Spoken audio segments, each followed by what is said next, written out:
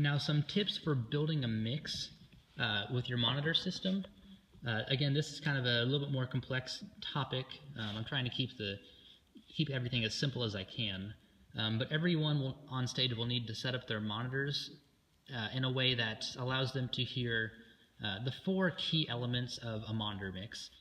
Of course, for a monitor mix, you want to hear yourself, you want to hear a pitch reference, a tempo or rhythm reference, and the next best thing is a vocal reference. So the vocals, whether that's lead or maybe lead plus background vocals, you always want to have those 4 elements in a mix. And if you can't really hear those 4 elements in the mix, then you probably should do some editing on your monitor system to make it so you can hear all 4 of those.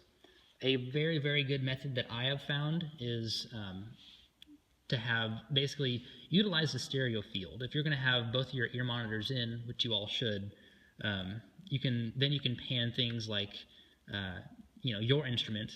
For example, if I were setting up for the piano, I would have them on the left side.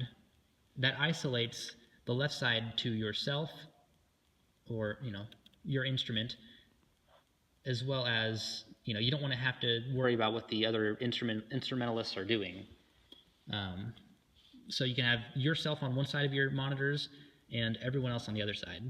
That's my personal favorite method, because at our church we'll use a click track, and so I'll have the click on the left side and everything else on the right, because I don't want to accidentally get out of time with the song because my monitor, I can't hear the click in my monitors.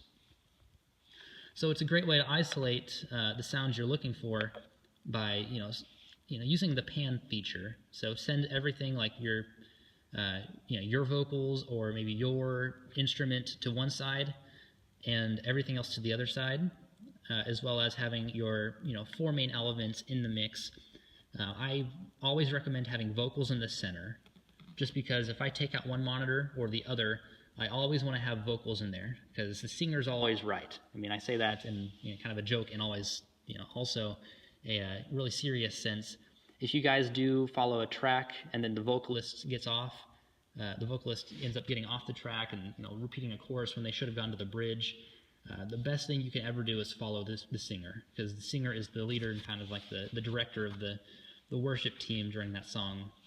So it's always a good idea to have the vocals in the center of the mix. That way, they don't get buried underneath other instruments.